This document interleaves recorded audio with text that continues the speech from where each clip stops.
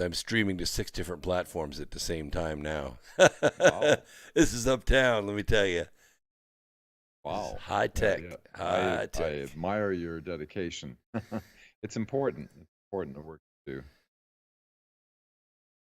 There Even we though we go. preach to the choir, it's still going out there to the collective mind and propagating. Yep. Never know who's going to hear it, and people come back and they say, "Wow, I heard you on Twitch, or I heard you on Twitter, or I heard you on Facebook." Of course, we're streaming to D Live too, which is just now up and coming in the podcast world. It's been a gamer's format for a long time, and just beginning to put that out. And of course, we stream to YouTube, but we've been expanding to other avenues for a while. All right, we're going to go ahead and bring the. We'll wait a couple of minutes. Don't want to jump the studio too much. I'll let our viewers see who's going to be on tonight. Dan Willis is going to be my guest on Revolution Radio tonight, and we're going to bring the Revolution Radio studio in to our mix for the audio side here in just about 2 minutes. They'll play a little intro music, and then it'll be official.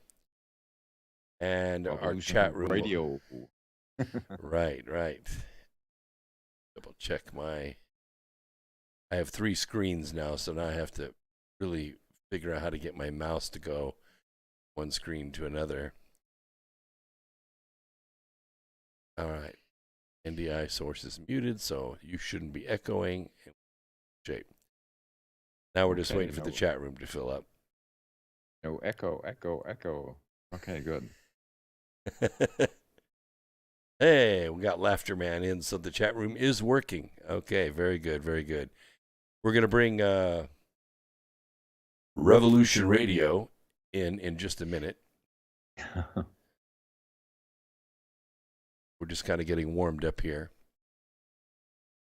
Dan is in the North Country up there in, what is it? Is it Washington or is it Oregon? I'm in the southern Oregon and Siskiyou Mountains. Oh, yeah. I love that area. That is so beautiful. It is. It's gorgeous up here. I love living off the grid. That's right.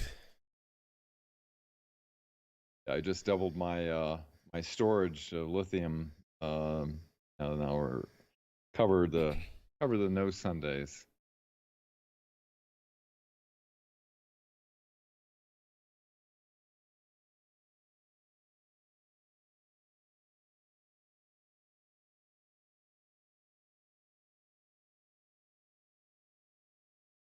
Okay.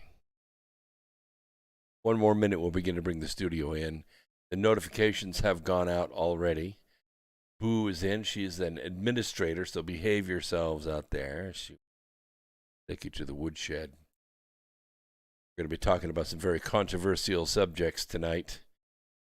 And we're going to start off with, we're going to start right out of the gate this time. No fluffing it to begin. We're not going to start with the easy stuff like space research. We're going to start with the hard stuff. James Bright, good to see you out there at D Live. All right. Give away some more lemons tonight on D Live. All right, about 30 seconds we'll bring studio.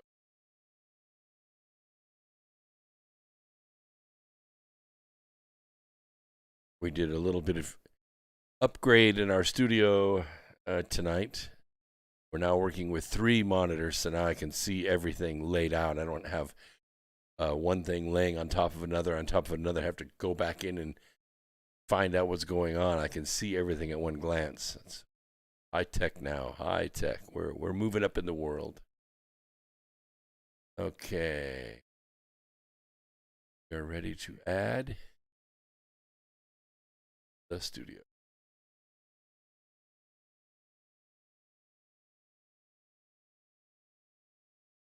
Add to call. Here we go.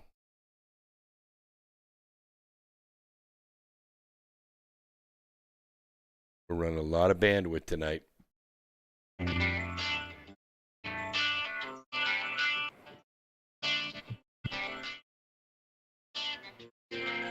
This is Thomas, a.k.a. a Mad Painter. I'd like you to join me Monday nights, 10 p.m. Eastern Standard Time for Open Canvas. Don't forget. Yes, folks, that's right. Bring an open mind to an open canvas. Again, that is Monday nights, 10 p.m. Eastern. UFOs to government corruption. This is Revolution Radio, freedomslips.com. You don't need to expect us. We're already here. We did not engage in conflict that was out of line with our mission. Is it disloyalty? Treason to oppose the hands of tyranny? Never! I will never send troops anywhere on a mission of that kind without telling them that if somebody shoots at them, they can darn well shoot back. I know not what course others may take, but as for me, give me liberty! Oh, give me death! A dark cloud is finally lifting across the world as U.S. military intelligence and the global partners are destroying the deep state criminal power structure that has ruled over our planet for hundreds of years. We are free with the God-given right, and we shall not yield that right to any power on earth. Hi, I'm Scott McKay. The world is at, and I am your host on The Tipping Point on Revolution Radio, where every Monday from 8 to 10 p.m. Eastern, we bring you the latest in this ensuing takedown of this global criminal empire. That's an image of strength. You'll get the raw, hard truth here on The Tipping Point. So come join us Mondays, 8 to 10 p.m. Eastern in Studio B at revolution.radio.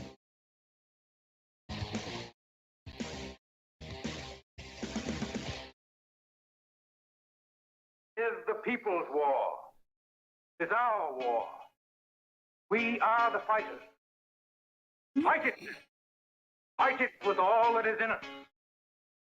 And may God defend the right. Warning! Warning! We gotta stop them! They're gonna kill us all! See how the trouble you've started? Be they the government, be they industry, be they organized labor, be they anyone, or human beings. Time when the operation of the machine becomes so odious, makes you so sick at heart that you can't take part. You can't even passively take part. And you've got to put your bodies upon the gears and upon the wheels, upon the levers, upon all the apparatus, and you've got to make it stop. And you've got to indicate to the people who run it, to the people who own it, that unless you're free, the machine will be prevented from working at all. Revolution Radio at freedomslips.com, the #1 listener-supported talk radio station, throwing ourselves upon the gears of the machine. Revolution Radio, where information never sleeps. You called down the thunder, well now you got it. Right, you tell them I'm coming, and hell's coming with me, you hear? Hell's coming with me! Revolution Radio.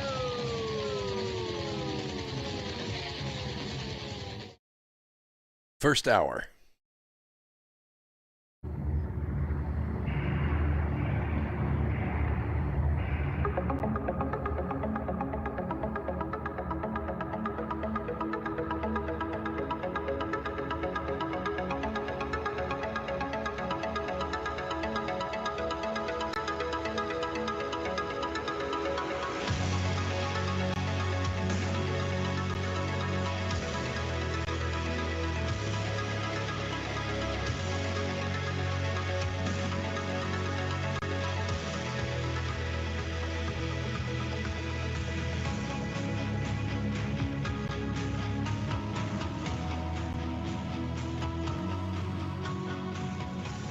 And greetings, Earth Explorers. Welcome to X Squared Radio. I'm your host, Brooks Agnew, coming to you live from an undisclosed location east of the Appalachian Mountains. This is where the past meets the future. In here, the results are always positive. We might go a little past your imagination, but have no fear. You will be safely traveling with us. We are streaming to you live through the America Free Radio studios on Revolution Radio, on freedomslips.com, the #1 listener-supported radio program in America. Tonight, my guest is Dan Willis. Dan is long familiar with Revolution Radio. He has co-hosted and been a guest on many programs on this network. He's a wealth of information. He's been a stalwart and a great source of vetted information for decades. And we appreciate him coming on the program tonight. Let's go ahead and see if we can bring his screen up. Yep, there we go. And Dan Willis, welcome to the program. How are you? Dr. Brooks Agnew, what a pleasure to be on your show again. Well, this is great. You know, we started out, what was it, a couple of years ago, kind of helping out Monique Lasson on this very hour, on this very night, and co-hosted for her a few times, and then she moved on with her private investigation business, which is very successful. And we kind of carried on our relationship. So this has turned out really well. Yeah, I just talked to Monique. You know, she's got an office in Istanbul. She's successfully rescued 2 children, one out of the Ukraine, another one. You know, it's interesting now that, you know, this new movie has come out, Voice of Freedom or something like that, about the, you know, child trafficking. Right. It's just, you know, it's in the buzz. It's in the media now. You know, more people are becoming aware of just how extensive, you know, these criminal, you know, operations are on this planet. Yeah, they just arrested another Democrat politician for child pornography trafficking, and he's going to prison. All right, listen, I've got 4 topics I want to talk about tonight, and I was wondering who I was going to bring on that has information in all 4 of these areas, and the name Dan Willis instantly popped into my mind. So Dan has not been primed. We have not talked about this. I haven't sent him any questions to look over in advance, so this is all going to be fresh. And those of you that are in the chat room, Delina and Greenheart, a Dog Star is out there on YouTube. Good to see you out there. Stoker, Sergeant Friday's out there. Delina, or is it Delina? I don't know. Gosh, I don't know. The chat room filled up so fast. Ray Jacobs out there. Tony M. Space Lincoln Landrew. Good to see you out there. And Brandy down in Dallas. And I think we got friends coming in from the west coast of the Pacific Northwest. So let's get started.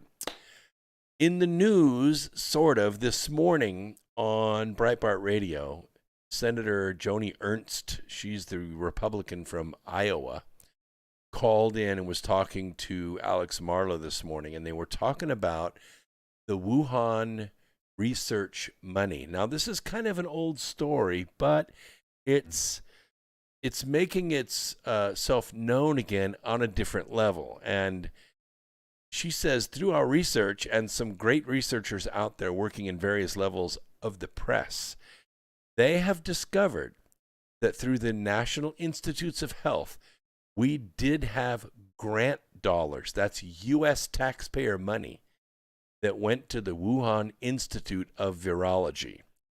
This project that they had at Wuhan was being subsidized by you, by the American taxpayers. And she said, I'm going to the Health and Human Services Office of Inspector General to investigate and to get to the bottom of this.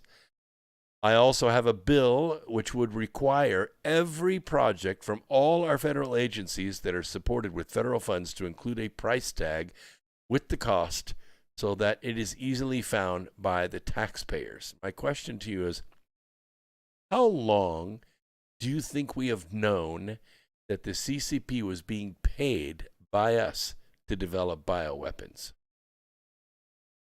Interesting, isn't it? You know, I almost wonder, you know, some of the stuff coming up that, you know, as you mentioned, you know, was surfaced a long time ago. You know, Obama approved $3.7 million to Dr. Fauci to go over there, and they couldn't do it in the United States. They had to do it in it's kind of like a loophole. They could do it over there in the Wuhan lab. Yeah, I think the American people are just becoming aware of all the little glitches in the reality matrix that the mainstream media has, you know, purposely ignored. Well, the interesting thing, there's a lot of questions that come to my mind. And one is that if they've been over there paying lab technicians, and they're quite capable, and they're quite well facilitated over there and quite isolated in Wuhan. I've been to Wuhan several times in my professional career. If they were developing these weapons, two questions come to mind. First of all, it's done in secret. Nobody over there is going to run home and say, "Honey, guess what we did today? We made a virus that can jump from a bat to a human being, and it's really kick-ass." I mean, that's what would probably happen here in the United States. Somebody would whistleblow, but not over there in China. The second thing is, if it was really that bad, if it was really that virulent and it got out of the lab, forget about how it got out, on purpose, accidentally, it doesn't matter. Why wasn't it worse than it really was? I mean, it spread fast, but most of the people got over it, and it really only affected people that already had comorbidities. Why do you think it wasn't as bad as what it could have been? In my own opinion on that is that it was basically used for a psychological warfare operation that was pushed through the mainstream media because, as you know, the death numbers have not changed over the last 3-4 years, but all of the flu, cancer, automobile accident, because of the 40 cycles, the way they do the PCR test. It was giving all these false positives, as several things came up in the news. And so when you go into a hospital, they make it mandatory that you have to get the test. So people going into the hospital, and you're just going to have these case and death numbers going up through the ceiling, and people don't realize that this is just normal. This is what people normally die every year of, but the mainstream media, every night they push the case and the death numbers and my God, infections. the hospitals are overflowing and so forth. And so I think it was used to push the vaccine agenda to get everyone vaccinated. Okay. We're going to get to that in a second, but I what I'm looking for is, like, when they released this thing, I recall General Chi, like CHI, not XI, like President Xi. General Chi. He made a speech, and it was translated in English in 2015, and the speech was quite chilling. He said that they have the capability of making a virus that's genetically specific. In other words, it can wipe out a single race of people. Now, he might have been overstepping his bounds making that claim, but then he said, we have no problem killing 300 million Chinese if it wipes out everyone in America and leaves all the stuff. We can always make more Chinese, but we can't make more party. This is what he said in his speech. So when I think about the fact that this virus got out and the fact that it wasn't as bad as what it could have been, it really could have been a killer. I think maybe it was released before it was ready. I think it was released when it had to be released because China had just signed trade agreements with President Trump. They were losing the trade war, and they were on a road to be losing as a nation. The Trump economy was working, and there was only one thing that could take it out. And I don't think the virus was ready for prime time. But you hit the nail on the head, my friend. They turned it into a psyop, and the global media empire jumped on it. And my question is to you, who in the hell has the power to pick up the phone and shut down 187 countries? Who has that power? Well, the deep state is quite entrenched. It's it's a chilling statement that Chinese general said, but it's not surprising. Their attitude toward human life, and we have a 99.7% or whatever survival rate. Like, I'm 72, so if you're over 70, you have a 94.5% survival rate. And if you use hydroxychloroquine, which they kept the pharmacists prescribing. They even created a fake report called the Lancet report that said, it's going to hurt your heart. It's going to, although it's been used for so long. It all has all the signatures of a complete psyops in order to get everybody into this fear state where you've got to have the vaccine. Well, everything Mark, will come back to normal. Mark Hovsepian in the chat room says, anyone remember those videos from about a year and a half ago that was showing people walking down the street in China and just suddenly falling over dead? Did that happen to anyone else in the world? And how did the videographer know that person was going to fall over right at that moment? You're right. It was all a psyop. It was all set up by the Chinese to smash our economy. And it worked. Well, that's, when I do shows and things, Brooks, that's usually what I talk about is that we have the enemy of the people. We have an infiltrated mainstream media. Our information sources have been infiltrated. And that's what, when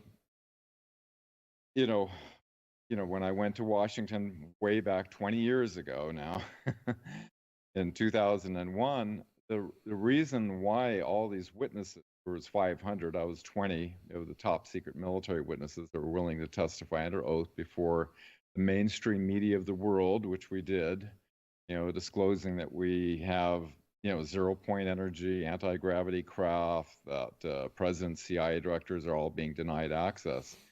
All this happened because the Nazis and their alliance with the people who were on the same page for the New World Order basically infiltrated in and set up 1954 they set up the Bilderberg meetings, and them along with the Council of Foreign Relations and Trilateral control the media, and they get all their talking points from the 6 corporations.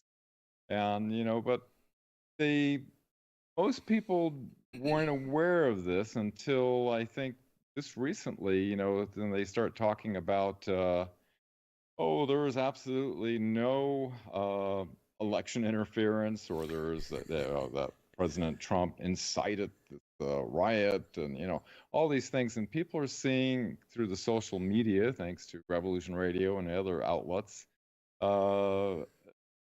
conflicting information. So they're getting, they're getting a glimpse of how the media, directly lies to your face and is being pushed for nothing but an agenda. And that agenda is not in the interest of the American people or the people of the world. Well, it's a big operation. And when we see that virtually, all of the money, like there's an organization called EcoHealth Alliance, and they go by the number EHA, or by the acronym EHA. And the National Institute of Health sent $600,000 to this China state-run virology lab in Wuhan via this nonprofit called EcoHealth. That's the way they do. They launder the money through these nonprofits so it's not traceable. And it's very hard for law enforcement or for auditors or anyone to find this money. And I'm amazed that Joni Ernst was able to find it. But that's the way these organizations hide their sources of money and what they're doing with the money.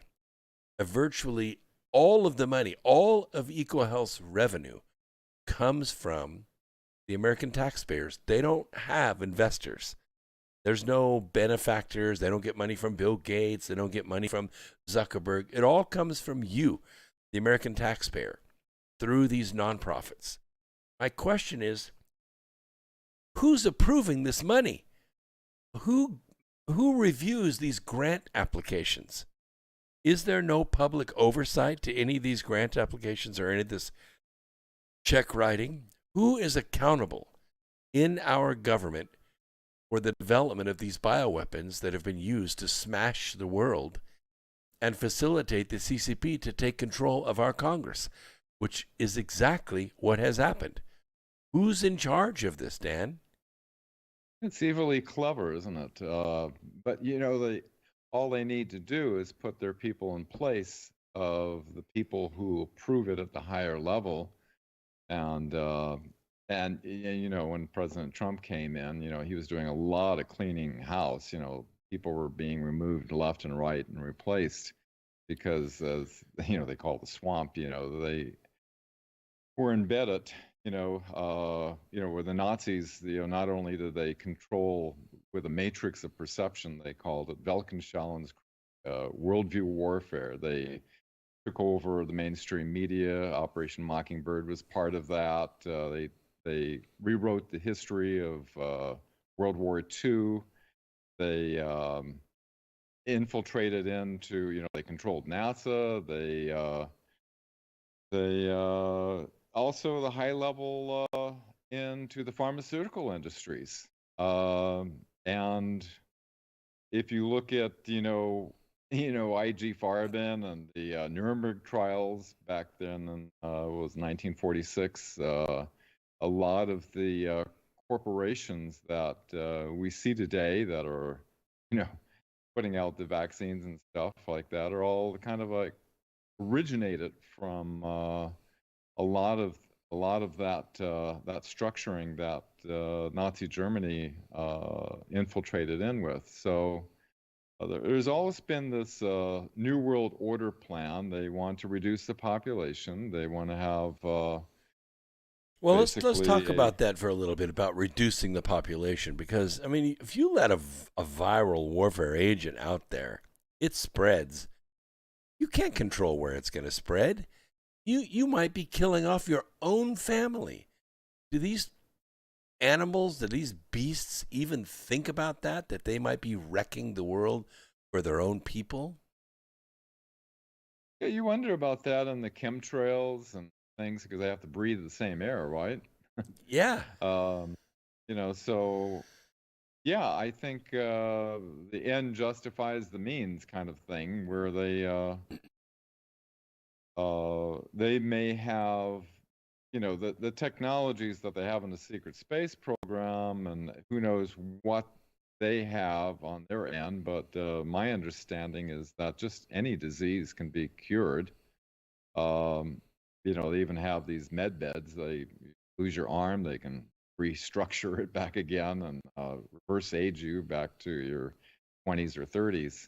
I know so a lot of actresses are looking pretty haggard right about now. I think that med bed would be quite popular.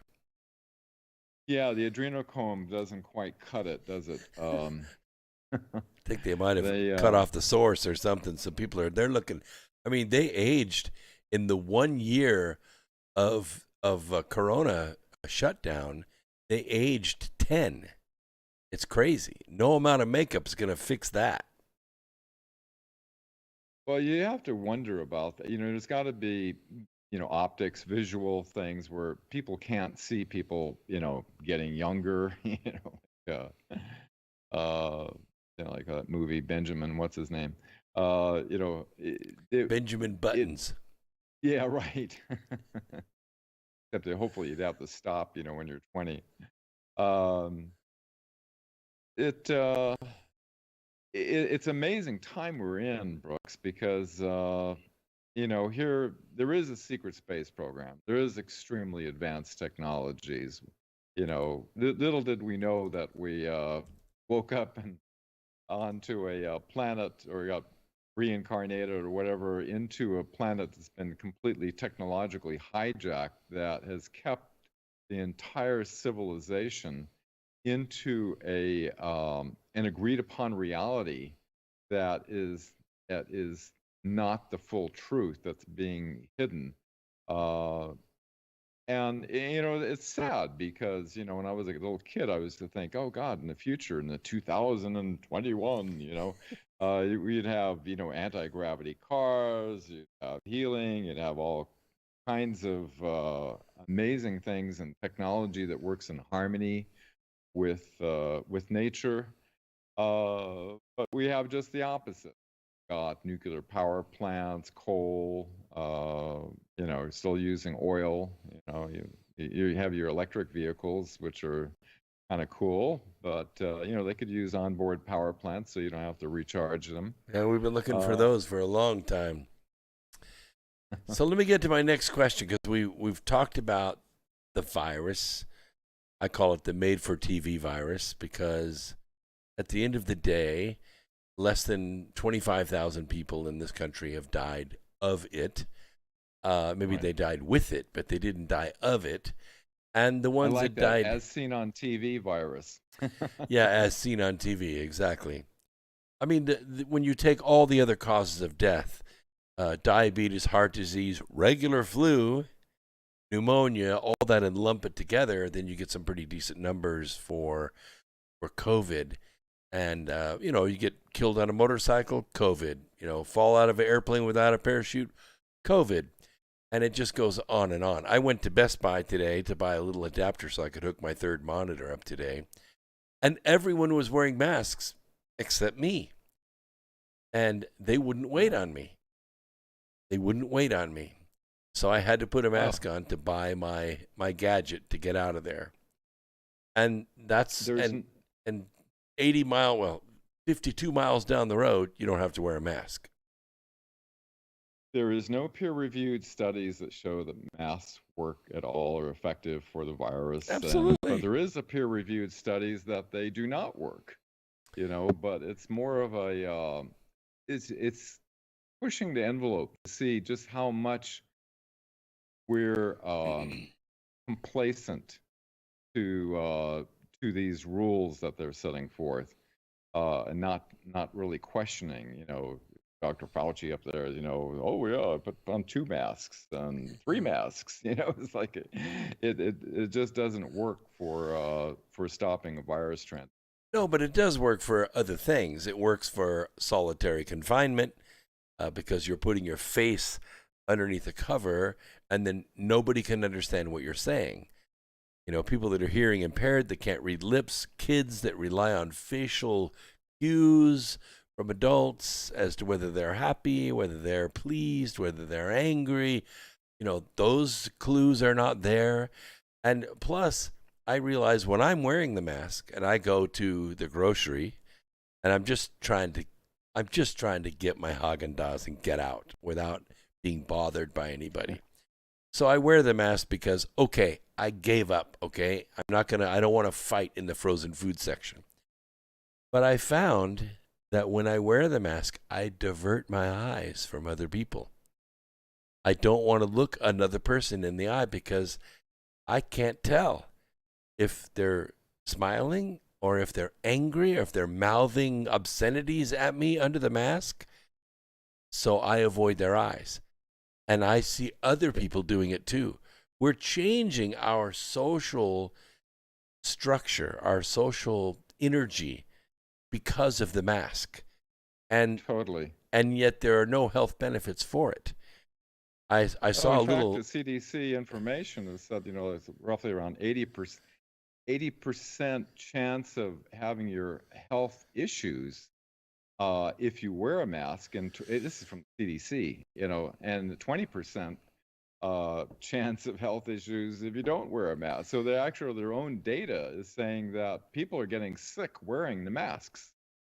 Even physicians that wear masks change masks about every hour that they have to wear a mask.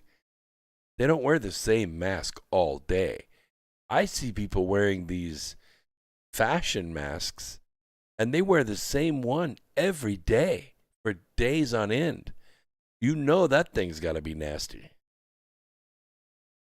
And look at, ever since Biden then inaugurated, the numbers have been dropping down, which coincidentally goes along with the CDC completely changing the PCR tests to less cycles, and so you're getting a lot less cases.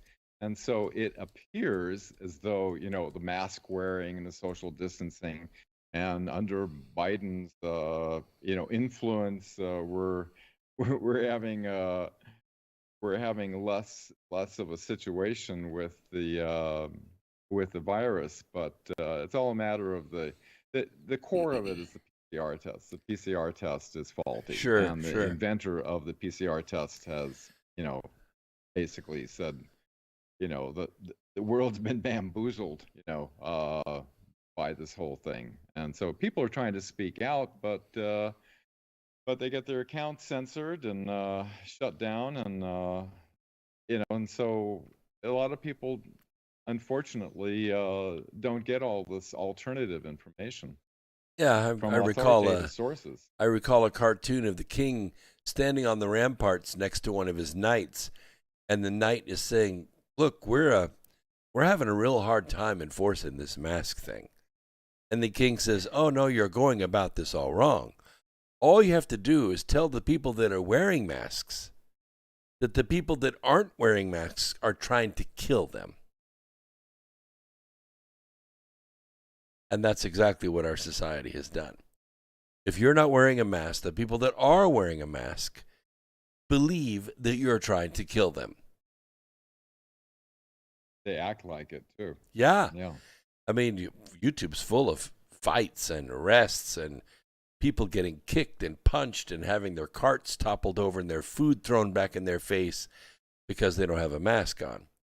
And there's all kinds of social statements that are being made with the mask now, things written on the mask that, because you have to look at it. And I'll be honest, I went into a restaurant one day. I was hungry. I went in, had my mask on, and so did the hostess. Except her mask said Black Lives Matter across the front of it. So I excused myself and left the restaurant.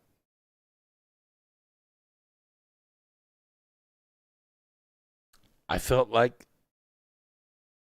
people that were wearing Black Lives Matter masks were going to be touching my food. So I left. Yeah, they've weaponized it.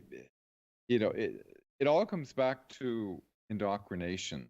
Our education has no idea that the Nazis infiltrated in and took over, and that Eisenhower lost control, and every president, CIA director has been denied access to these illegally run programs, which is what, Vice Admiral Thomas Wilson, the head of intelligence for the Joint Chiefs of Staff, is what basically greenlighted the 2001 event that I participated in. Each one of us stated we're willing to testify under oath before the congressional hearing, which the Bush administration, denied. And so people have no idea, because of the media and because of the education, indoctrination, that you just naturally, you grow up watching, I was watching Walter Cronkite with my father, and, you had no idea.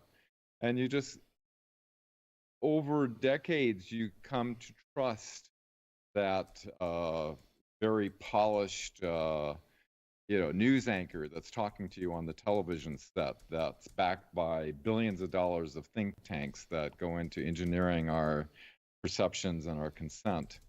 So the population has no idea. But I think with some of the events that have been happening, there's starting to increase the number of people that, it is. Thank God to this, main alternative media of the internet. Yeah, it's true. And I'll bring up my next subject, and I call it the vaccine show. Many Americans, they can't wait to get this vaccine. They call hotline numbers. They search online for vaccine clinics. They wait hours in line. And yet others with ready access to the vaccine have declined it in large numbers. Staff in long-term care facilities were prioritized to receive the vaccine, but a startling number of people are choosing not to get vaccinated. And nobody's more familiar with the impact of COVID-19 than staff at nursing homes and assisted living centers that have been ground zero for this pandemic. I mean, they really have. Large numbers of residents and staff have contracted the virus. Nearly 40% of the COVID deaths in the United States have occurred among residents of these very facilities. Over 1,500 nursing home staff have also died from COVID. They're elderly people as well, making nursing home caregivers the most dangerous job in America. However, many long-term care staff continue to refuse the vaccine. In a recent CDC report, nursing homes had a median vaccination rate of just 37.5% for staff. And by comparison, a median of 77.8% of the residents have had the vaccine. And this has really confused a lot of the policymakers who have jumped through a lot of hoops and written a lot of checks to actually make this happen. Recently, Maryland's acting health secretary told lawmakers that about 1/3 to 1/2 of the staff offered the vaccine chose to have it. And that's nowhere near an expectation of 80 to 90%, which is what they thought. In a bit of positive news earlier this month, a large national nursing home chain reported 61% of staff and 84% of residents have been vaccinated, but that's rare. So my question is, why do you think there's a growing portion of the population that's saying no to any of the vaccines? Well, they looked at the CDC data, that's showing all the adverse effects that are happening, or they're getting educated. You brought up an interesting point that the agreed upon reality that the media, it's all magicians, they create a reality in people's minds. They're making the vaccines. People are trying to sell it on the black market.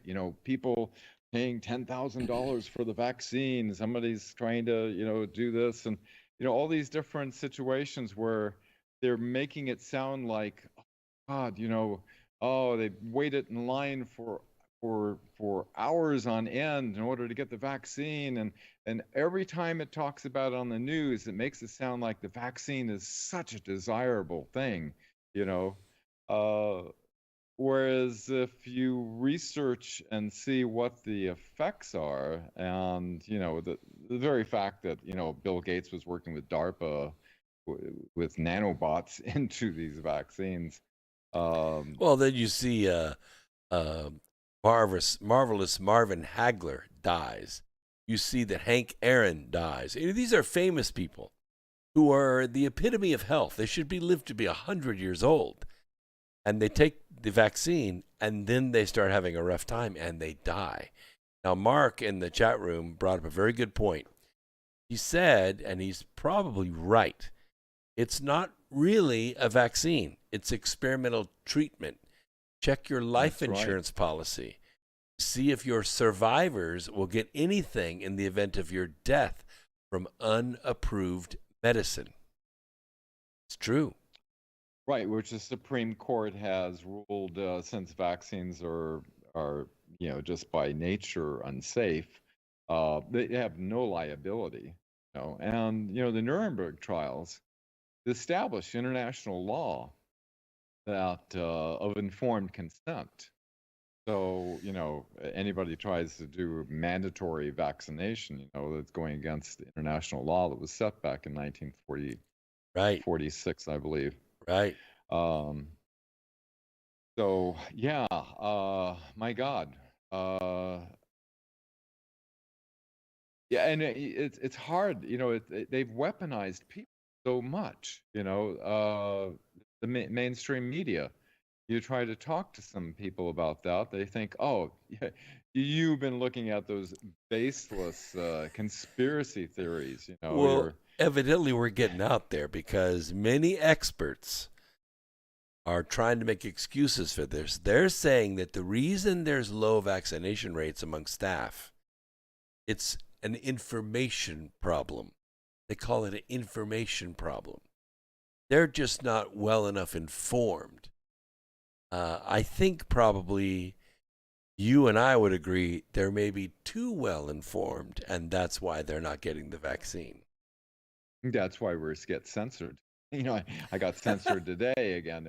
Sharing some, Israel is the most vaccinated country in the world right now. That is making it mandatory. And so Wow. it's kind of like the CEO of Pfizer said, it's basically like a test bed, of you seeing what's happening. But what the mainstream media is reporting about it and what the behind the scenes actual numbers are two different things. And I haven't read enough on it or researched it deep enough in order to say more on that. But all I know is that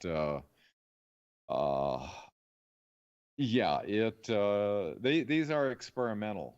They're experimental vaccines, and if you take it into your body, you're participating in the experiment. Well, I mean, here's the way I look at it. Okay, first line caregivers, they're exposed to sick people all the time.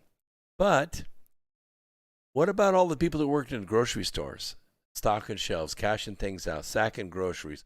What about all the truck drivers that drove our stuff and delivered stuff to areas that were in lockdown? We didn't see any truckers falling out. We didn't see any grocery store workers falling out. We didn't see Walmart workers or restaurant workers falling out. The thing is, a lot of things don't make sense. They targeted areas for bad stories, but it's kind of like here in the South, we have a saying. I hear a lot of clucking, but I don't see any eggs. I hear a lot of bad stories about how virulent this, how deadly. Don't fool around with this virus, but I don't see but maybe 1 or 2 deaths out of 10,000 that get this disease. Well, this virus is basically, according to Air Force Lieutenant General Thomas McEnery, who I take notes on everything that everybody comes up with on the webmatrix.net, just my online notes to share with people. He did an interview, and basically there was 2 things that this biological attack on the world was for. One was to impact the economy, which it definitely did. Oh, yeah. The number 2 was, by the way, his video got taken down. It violates the terms of conditions, but I happened to use the transcribe tool and transcribed all the text and copied it. Thank God I did. The other was a direct attack on the election, which when the poll watchers were supposed to be scrutinizing what was going on, they used that as an excuse to keep them out. So and I think there's like a third element, which obviously seems to be connected with this vaccination agenda. Some people in the chat room are claiming that President Trump and Melania took the vaccine. It doesn't make any sense to me, since they already were attacked with the vaccine during the debates. They caught it, they licked it, they now have the antibodies. They're cured for life. Why take the vaccine after you already have had the disease and beat it? That makes no sense to me at all. It doesn't make any sense to me either. There's something about optics with all that where people are seeing this, and it maybe they got saline shots. Yeah, it's there's some things that don't make any sense, because if you look at Trump in the many years prior, he's always been anti-vaccination. Yeah, and he's kind of a germaphobe anyway. He washes his hands, and he's a clean guy. All right, let's see. Doesn't hardly drink or doesn't do any marijuana or anything, So he is a pretty clean guy. But for him to take in the vaccine and warp speed to promote this, I think the one thing the Chinese general would like to see is to see our entire military vaccinated with something that would be a time bomb that would debilitate our military for them to take over the country with the flip of a switch. Just send a certain signal over their harp and all the soldiers drop to their knees, right? And Elon Musk's 5G satellites that keep expanding more and more. There was interesting that Wuhan was the test bed for 5G. There is an association with the 60 gigahertz signal with the oxygen hemoglobin uptake. In other words, you feel like you're suffocating, Wow. and it has symptoms of the virus if you're exposed to the 60 gigahertz signal. I remember Trump saying, yeah, 5G or even 6G, I think, and the what was it, Huawei? I can't pronounce it, but the 5G company of China, Huawei, which they embed everything, into their chips so that they can have, backdoor channels to everything, like the NSA does. It's Huawei. He, of course, Biden has removed that and allowing it in, but there is some indications that whatever is in the vaccination could be possibly reactive to a 5G signal. So I don't know. I'm seeing bits and pieces of information related to it, but I wouldn't put it past. It's almost like a two-part epoxy. You have to have one part, have to add the other in order to have the effect. Right. And it would seem that could be I don't put anything past anybody, It seems like... Well, it's funny you bring that up because the trust between facility leadership and staff, it's not built overnight. The trust between the government and the people has been violated so many times. We don't trust the National Institutes of Health. We don't trust the World Health Organization. We darn sure don't trust the CDC. They change their stripes on a weekly basis. A poll... They're a for-profit organization that makes billions on the vaccine. Yeah. Where's that come in? A poll released last week shows that while 73% of black people and 70% of white people said that they either planned to get a coronavirus vaccine or had done so already, 25% of black respondents and 28% of white respondents said they did not plan to get a shot, according to the latest NPR PBS poll of 1,227 adults that took place about a week ago. Oh yeah, so it's pretty good information. Polls from NPR and PBS. Yeah, but they would slant it the other way. They would say everybody wants it. Now what they're saying is about over a quarter of the people have no plans to get the vaccine. I know my doctor asked me, I think it was about 3 weeks ago, I had one of my virtual doctor's appointment by Zoom. And, I'm taking my blood pressure with a cuff and he's looking at me and he's making sure that he's going to renew my prescriptions for another year. But he asked me, are you going to take the vaccine? I said, no. He said, oh, really? You're old enough. You should be able to get the vaccine you should be able to get on the list. And I said, I don't care. I'll give up my space to somebody else. I'm not getting it. I had it. I kicked its butt. I'm cured. I'm not getting the vaccine. He wasn't happy to hear it, but so what? He's not my mom. And you have to look at these polls, when you consider that NPR, PBS, and the whole list of them, it's like they control, the multiple corporations that control all of these things. It's all they all get their talking points from the same place. Sure. And they all get their psychological engineering, and they use these poll numbers, as we've seen in election numbers before in the past, to gain a particular perception in the public, to look like either look like something's desirable or undesirable. Well, let's go to our third subject I want to talk about and that is the wall. When everybody had their heads down in 2015, and we were working away, and we could see what was going on with the election. So far, we knew that Hillary was going to run. We knew that Obama's presidency was coming to an end. And there were 17 Republican candidates, some of whom we knew, some we didn't.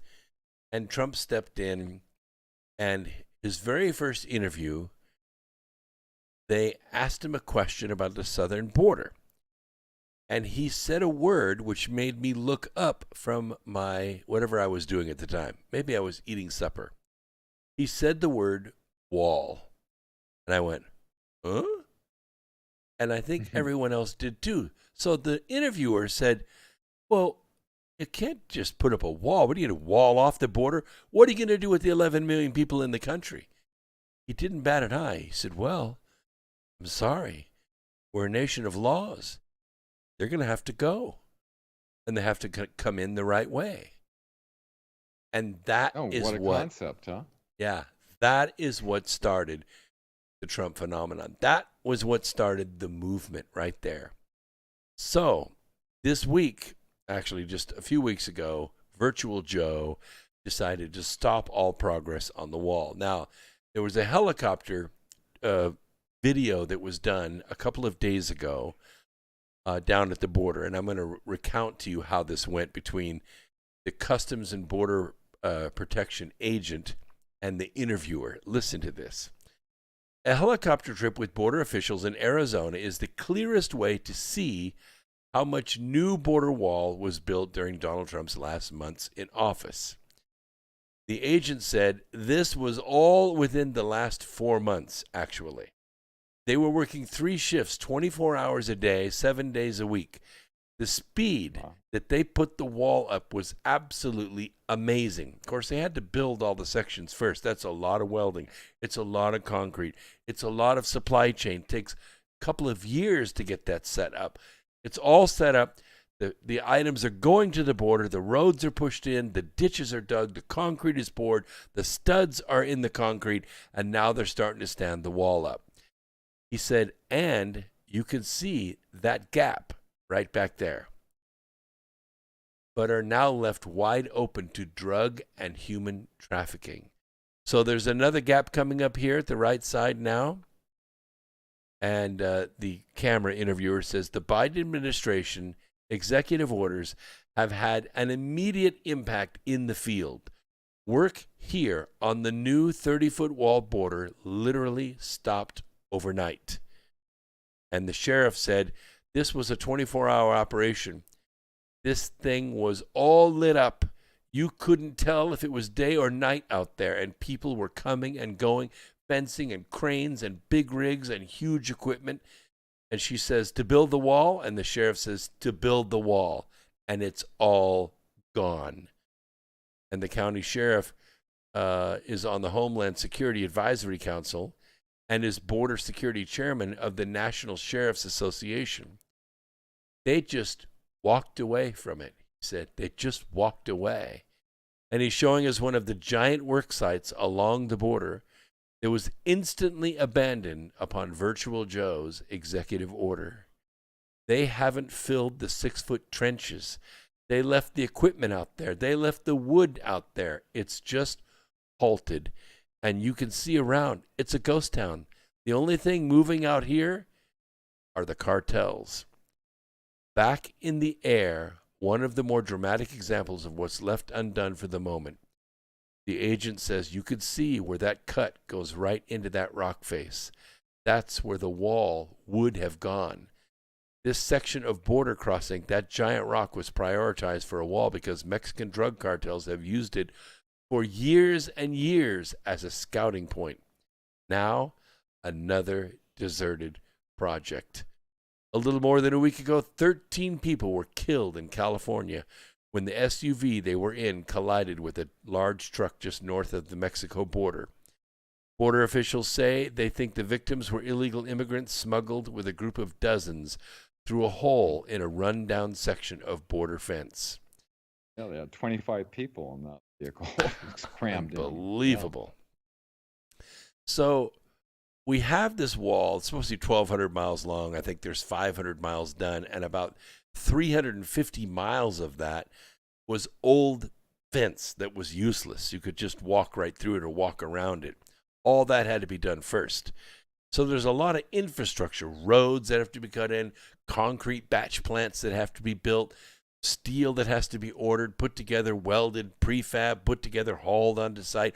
All this supply chain work that had been done over a couple of years. And now comes the time for erection of the wall, and Virtual Joe has stopped it. Now, my question is, some of the border states, Arizona, Texas, others, are taking it upon themselves with their own money to pay the contractors to come back and finish the wall with the materials and the equipment that's still sitting there. Yeah, that's fantastic. I think that's great too. I was going to ask you if you thought it was a good thing, because obviously we're squeezing down the points of opportunity. But when you do that, you increase the flow through that. It's kind of like putting your thumb over the garden hose. It really comes out fast. And that's what's happening. They're squeezing in all these people into these small openings into the fence. And it's more than the Border Patrol can keep up with. And they've been told to stand down. Yeah, the human trafficking is just going, all the unaccompanied children that are coming out. It's creating a humanitarian crisis. Everybody's talking about it, but all this, stopping the pipeline and all the different things. And, one of the things that Biden did was he removed the protection from foreign countries to be able to go into our energy power grid. It's just like crazy stuff that for what reason? What justification? Reason? Wow. There's only the good news about all this is that people are getting to see this. Before Trump left, he declassified a lot of information, and the director of national intelligence, Radcliffe, he basically said that, we had foreign interference from China on the whole election. So our military has all this. They have all the evidence. You have to think about, the NSA and the supercomputer that Sidney Powell talked about, the Kraken that tracks all these illegal operations. And so they've got it all archived. They've got evidence on all these people.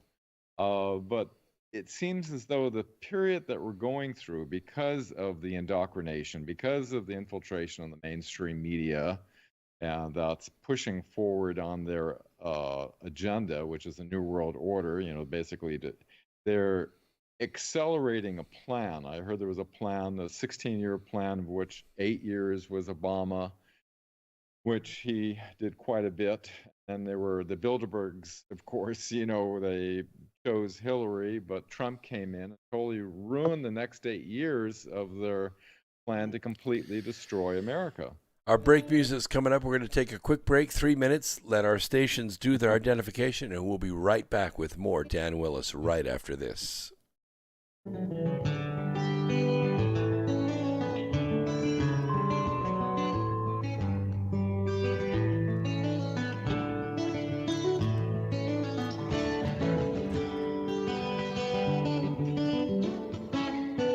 Listen to Revolution Radio at freedomslips.com, and we'll be right back after this message.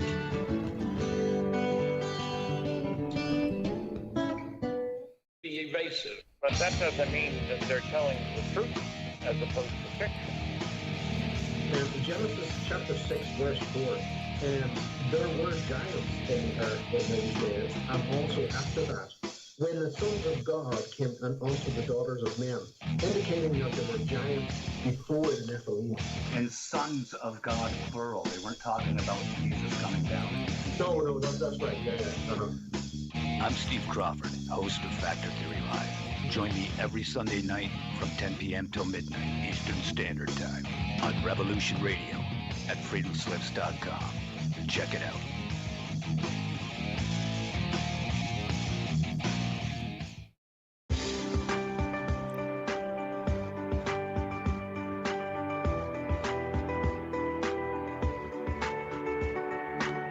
Transcending time and space, let us take you to the place in inside your mind where thoughts divide and mysteries unwind. Join us every Monday evening right here on Revolution Radio at freedomslips.com from 8 to 10 p.m. Eastern Time.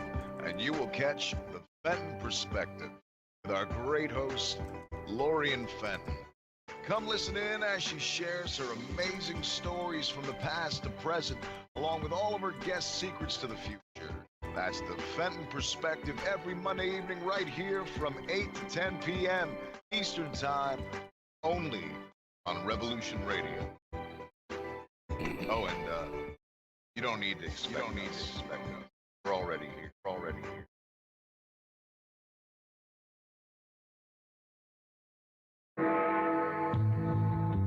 Galactic Interstellar Council on Revolution Radio Studio A, Fridays at 2 p.m. Eastern. Join us as we traverse the starseed paradigm, as expressed in the time-space continuum that we know as the divine expression of love and light. Integrating this conscious unity into the galactic paradigm. So welcome all, both terrestrial beings and galactic beings as one. So be it. You're listening to Revolution Radio.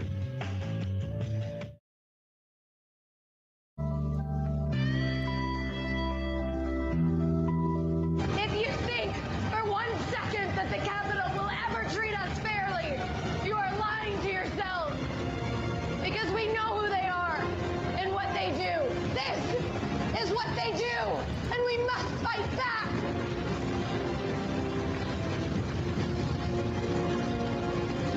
You can torture us and bomb us. Fire is catching. And if we burn, you burn with us. Good evening.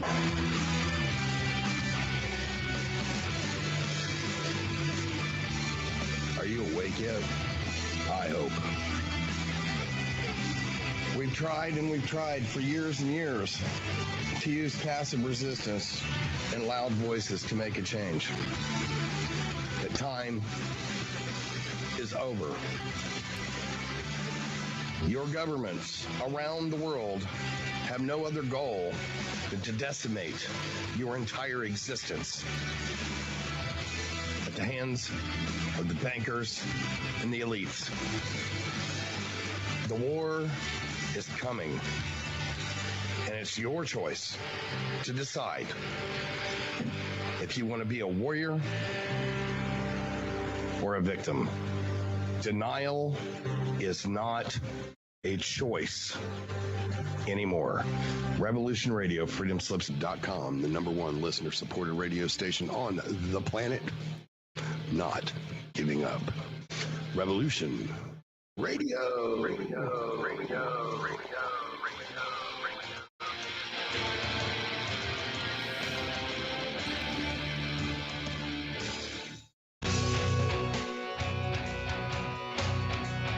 All right. Thanks for listening while we took that short break here at Revolution Radio, freedomslips.com. And now we're going to get back to your host.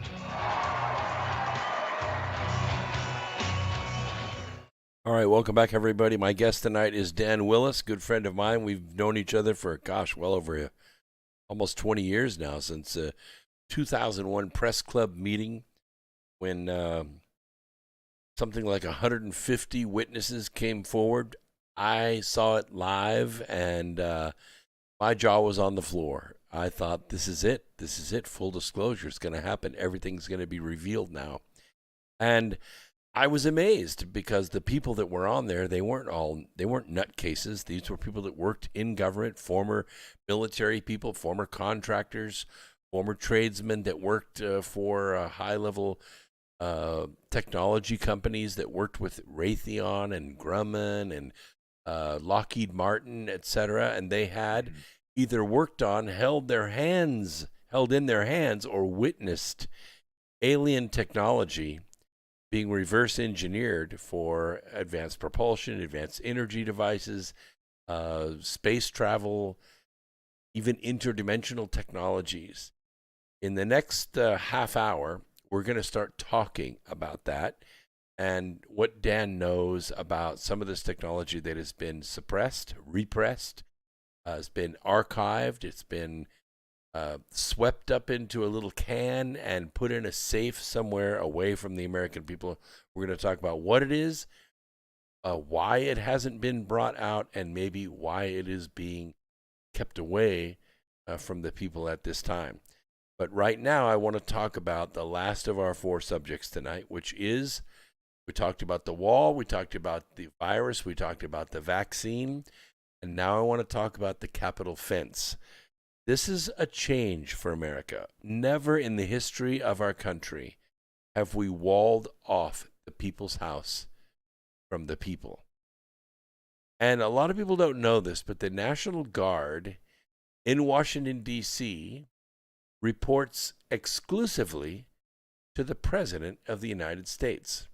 It's been that way since Thomas Jefferson. Thomas Jefferson passed a law that allowed the president to be the sole commander of the Washington, D.C. National Guard. And the reason is because Jefferson calculated that if the military wanted to conduct a coup, or some military commander wanted to remove a president they didn't like, there was no military to stand between them and the White House. So Jefferson passed a law commissioning the D.C. National Guard under his command and only his command. Now, I don't know if you recall this or not, but on January 6th, me and 500,000 of my friends went to Washington, D.C. to celebrate our president and maybe to mourn the loss of our republic. It was peaceful. It was wonderful. There was love among all of us. There were troublemakers that infiltrated and caused a little scuffle, and the global media empire turned that into what they called an insurrection. They don't even know what an insurrection is if they call that an insurrection. The point is that on January 6th, President Trump was still president. And on January 5th, when we got there, the National Guard was already arriving. The buses were already arriving. The troops were already checking into the hotels. January 6th, the National Guard mobilized because President Trump mobilized it. The fence started being put up around the Capitol because President Trump authorized it. It's still there. My question to you tonight, Dan, is why do you think that fence is put up around our Capitol? What purpose do you think that it serves? And why has it been up so long? It's been nothing but peace, tranquility, joy, and happiness in D.C. since for all year, actually. Only when BLM and Antifa activists had a scuffle with police outside, even though police opened the doors and let people in, it wasn't Trump supporters that were causing the problem. It wasn't Trump supporters that were violent.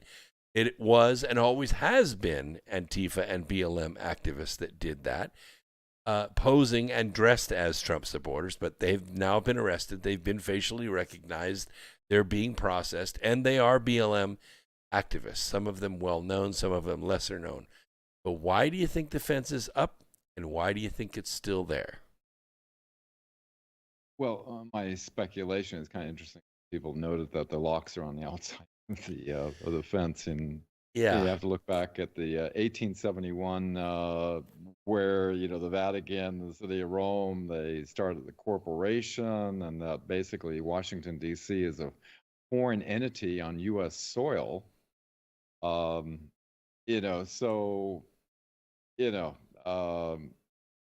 won't say any more on that, but I just wanted to finish the last thought before the commercial break came in. I was just going to say that, our constitutional republic of the United States is the shining light of the world.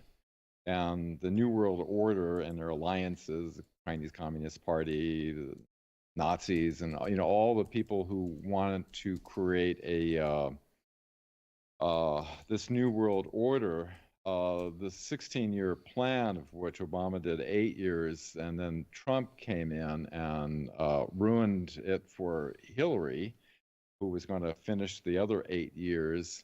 What happened was when Biden came in, as you know, he reversed everything. 63 executive orders were signed. He doesn't even know what he's signing. He came over, sign it anyway. So he's basically a puppet for the deep state. And so what they're doing is they're trying to make up for lost time.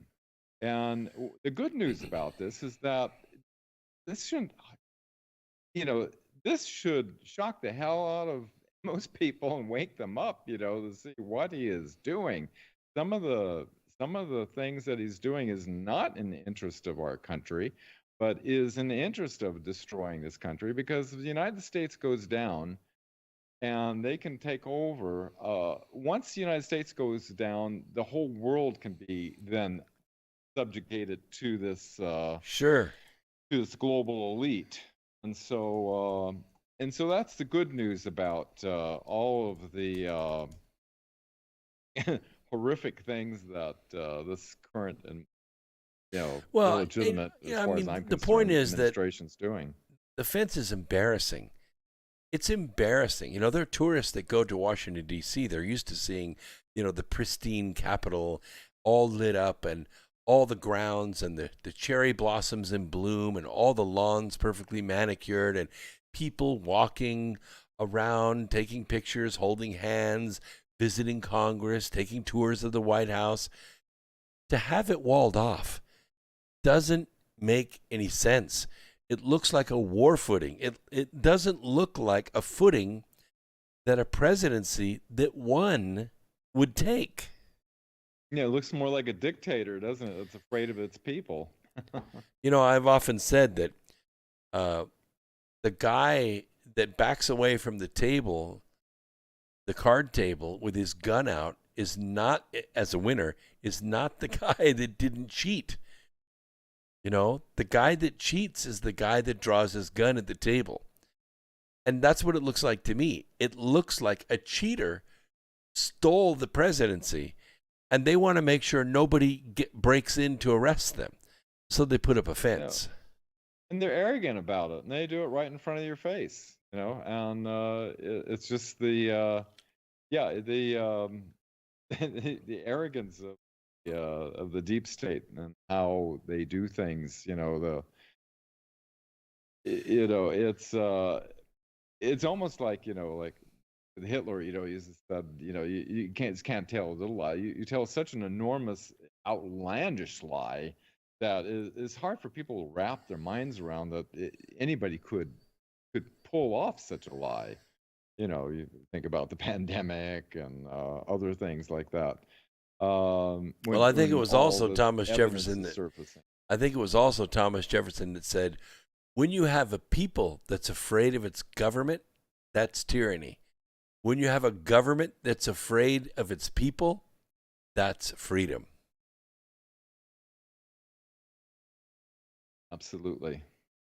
So do you think the fence is telling us that they are afraid of us? Trump put it in, though, remember, as you mentioned, and he also brought in the National Guard. So maybe it has a dual purpose. Maybe they think it's used to protect them from the people, saying, hey, enough's enough, and storming the Capitol. But then again, maybe, I'm just speculating, maybe we're encasing them in, because you have to realize that military has all the evidence. All the information's been declassified. They already know that the I'm glad you brought that fraudulent. up. I'm glad you brought that up, because the military has been doing some very strange things lately. If you look at the flight patterns, you know what a P-8 is, right? P-8 is the surveillance aircraft. It's a specially made aircraft. It's got all kinds of listening devices on it and radio scanners. They tap all the cell phones in an area. They're really, really high-tech aircraft. They're also known as sub-hunters. And I have noticed the last few days that there have been a constant flight, and these are weird flights. They're not like straight down and back. They're circles around and around and around off the coast of southern Florida. What do you think they're looking for out there, Dan? Your your speculation is as good as mine, but yeah, there's been people like Monkey Works and other people that have been tracking this for many years, all the military, and he says it's unprecedented. The amount of traffic going on, and you have to think about all the executive orders, all the rule of law that Trump put in place, and the 220,000 plus sealed indictments, and the changes in the Uniform Code of Military Justice. All this is just sitting, just waiting to be enacted. And I think what we're going through right now, our public is going through, is the public needs to see this, because the media has weaponized our public to move forward on this agenda that's not in the interest of American people, and the people have to see. I'm sure there's a lot of Biden voters that are having buyer's remorse, seeing what's going on, So, all this is the fact that it's so extreme. Stopping the border wall, the pipeline, opening us up to our energy grid, and there's this huge long list of things that he's done.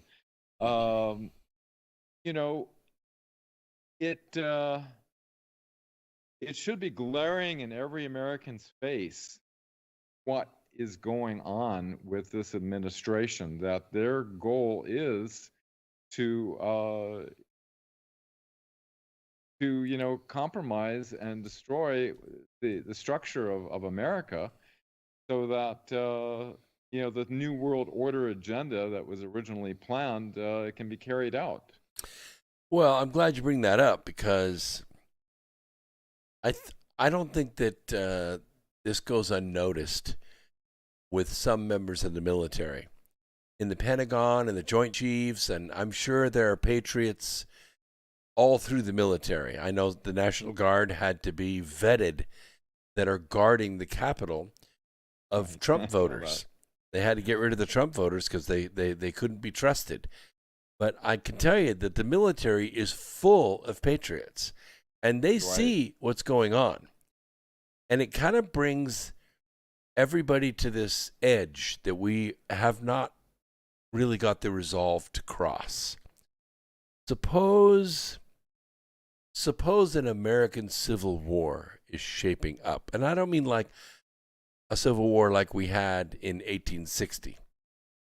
I'm thinking maybe it'll play out a little differently, because what we're talking about here is not really, 23 bad states and 27 good states. We're not talking about, slave owners and free people. We're not talking about a dichotomy like that's got a property line that goes down the middle of it.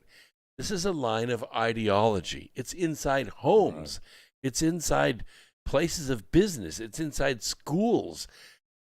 People who believe in America, and people who believe that that they've been taught over the years that America's evil and needs to be destroyed.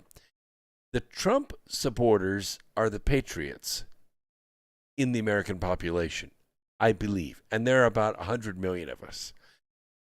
And rather, it is better to say that the vast majority of patriots are actually Trump supporters. They tend to wear the flag on their sleeve. In contrast, blue state people, and these can be people inside red states too, they define patriotism as acknowledging America's evils and taking retribution on those white racist imperialists who committed the evils. In blue states, riots against the racist system result in defunding the police. The Antifa and Black Lives Matter militias were precisely coordinated with the Biden regime to stop the debates between the state legislatures and the governors of those states who had illegally changed the election rules at the last minute. The media took it from there. 7 people died, 5 people from natural causes, 1 unarmed and non-aggressive woman was murdered in cold blood by David Bailey, a Capitol Police special agent. To hear the media tell the story, everyone was killed by Trump supporters. The accusation is preposterous, and it is a bald-faced lie. Right.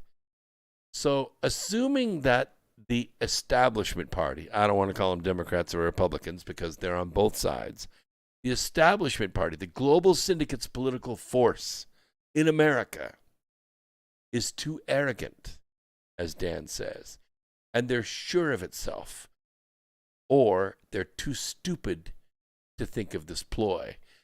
How would a civil war play out?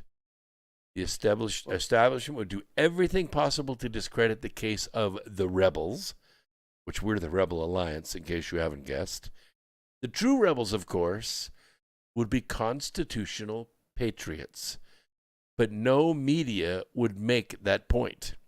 The global media empire would portray the rebels as foreign agents seeking to overthrow American democracy. My question is, Dan, and this we can go anywhere with this, where do you see this civil war? Has it started already? Is it still smoldering? And is there a leader for this movement? Well, great question. And, being an ex-ABC newsman, when I thought it was part of a world-changing event 20 years ago, and I saw what the media did. When you look at what the media is doing on several fronts of dividing the public on, political affiliation, race, religion, culture, everything that they can put a wedge in, and they fabricate a lot of this stuff.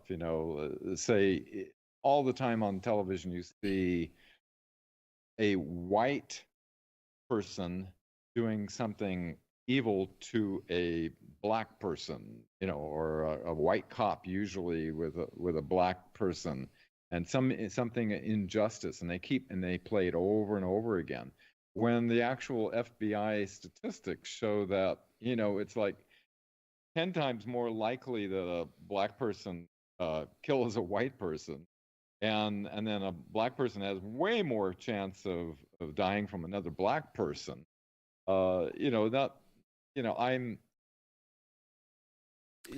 they do is they take and they cherry pick and they frame it in such a way. There's police reports going on all the time, but they cherry pick and they put it out there.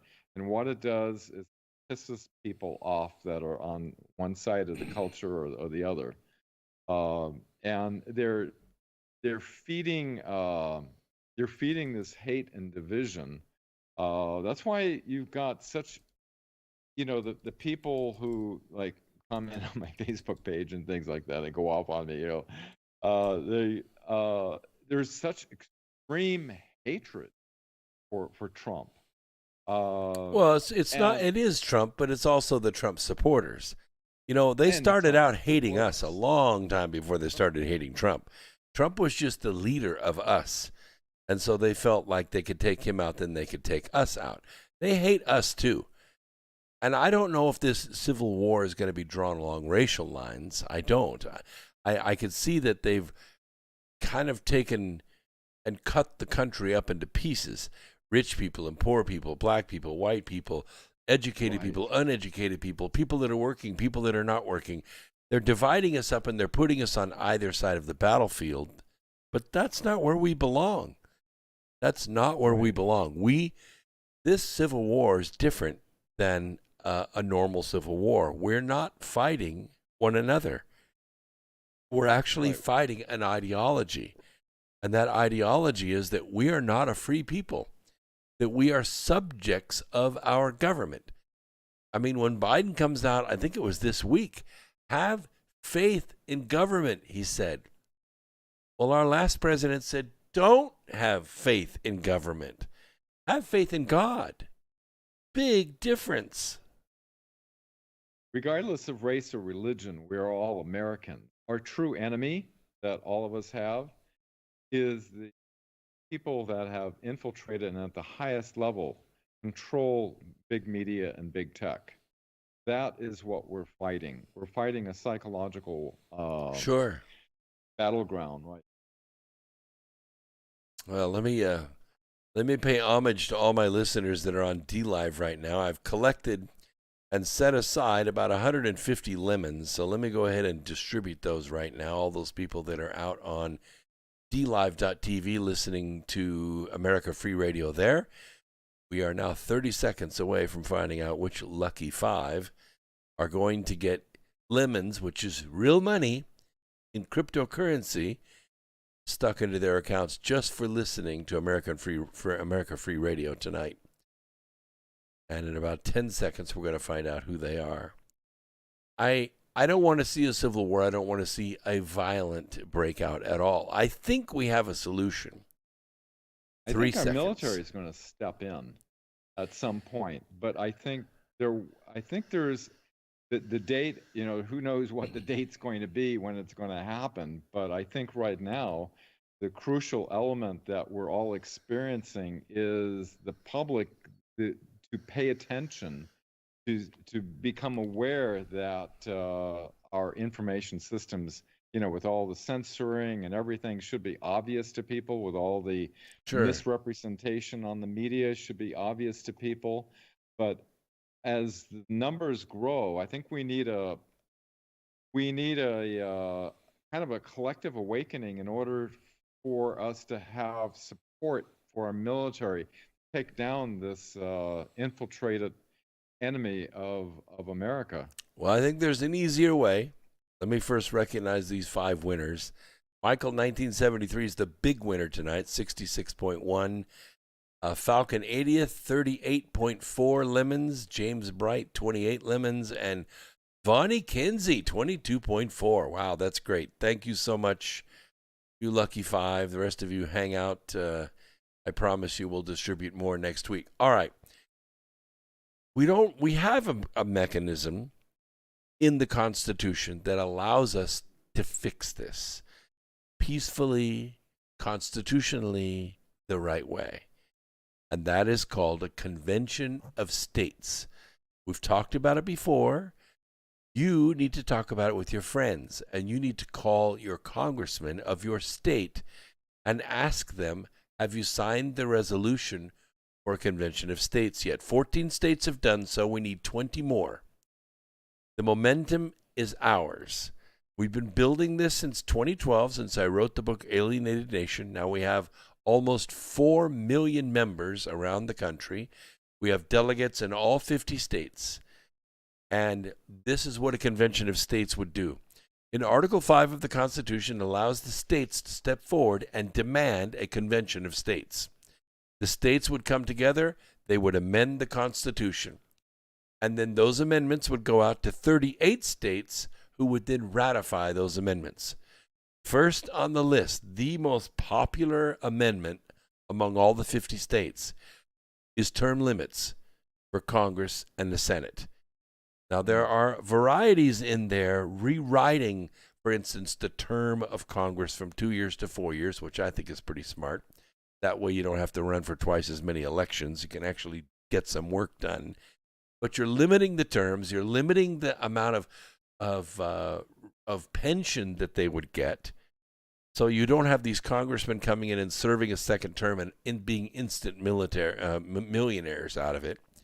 It would take all the money out of politics, and it will allow us to end these lifelong dynasties like McConnell and Schumer, and we would get rid of these people, and it would be all representative government again.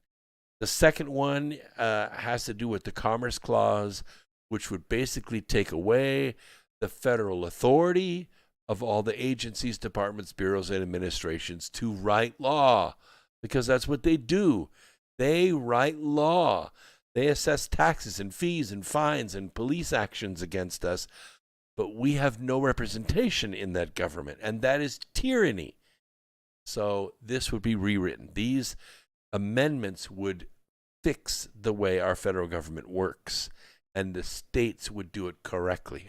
No army would be needed, no fighting, no violence. It would all be done legislatively. And all we need are 20 more states. 20 states in 20 minutes, we could have it done. But we need your help. You go to Is it realistic? You think it could happen? Yeah. cosaction.com. COS Action. I'll put it in the chat room, and I will also put the link in the description of tonight's program. It costs you nothing to participate in this. Nothing. All you have to do is volunteer. Make calls. Become a state captain if you need to. And get your congressmen and state senators to pass the resolution. That's all you have to do. Then you have the convention. Then there's debate and agreement, and it may take a year, but these amendments will be made. And when they're made, the Supreme Court now has new ammunition with which to rule about whether an executive order is constitutional or not. This is the peaceful way to do it. It's the way our Constitution was set up to do it. I didn't think we were going to need it. To tell you the truth, I thought Trump was well on his way to getting it done. But the 8-year term turned into 4 years, and we got what we got. Well, if our military doesn't step in, we need every backup plan that we can do, to... Well, if the Convention of States doesn't work, then the military needs to step in. Yeah, and, I've heard like somewhere upwards to 70% of, Congress is, totally corrupted. So I'd say that's about right. Compromised. So it's kind of difficult to get things that are for the people moving forward unless we were able to completely maybe all those sealed indictments, and all these people who have been basically treasonous activities, working with foreign governments. Sure. Are taken out of operation, and other people put in that are, for our country. You remember the movie Dick Tracy, right? The one with Warren Beatty in it. You remember when Big Boss becomes like the gang leader, right? And who does he make like his city council? They're all the other bad guys. There's Mumbles, right. And he makes all these bad guys, head of this and head of that in the city. That's what Biden has done. Biden has come in as kind of a crime gang leader, sort of, if he could lead anything except the way to the bathroom. And he's put in his cabinet the worst of the worst. I mean, the most radical leftist, absolutely. Socialist, crazies. Look at the guy that's head of the Department of Defense, Homeland Security, Yellen in the Treasury. It's just like Big Boss putting the worst criminals you can think of. Nomination. God, yeah, they're putting all the deep state players in all the, as you say, how do you get all this stuff passed? Well, you just put all your people in the positions that allow it to go through, and they protect the ones below them that are all doing criminal activity. And so that's how they do it. And hopefully more of our population is waking up to that. Well, I was having this discussion with a friend of mine today about what I call the dirty 30. When we think about, what did you say, 200,000 sealed indictments? I mean, that just boggles my mind. But yeah, and each one can call out like 65 individuals. Yeah. So, I mean, he'd be arresting half the state of Washington, D.C. But I have this list of the dirty 30. And there are a couple of old sayings. One is, justice delayed is justice denied. And one that I made up, which is war is justice denied. That's why wars happen, because you don't take justice. You don't administer justice. It's the peace, mercy, justice, war cycle. It goes around and around and around. We have peace, and then because we have mercy, and then people take advantage of it, so we administer justice. And if justice doesn't work, then we go to war. We are at that point where we, the people of the United States, have lost faith in the rule of law. But it's worse than that.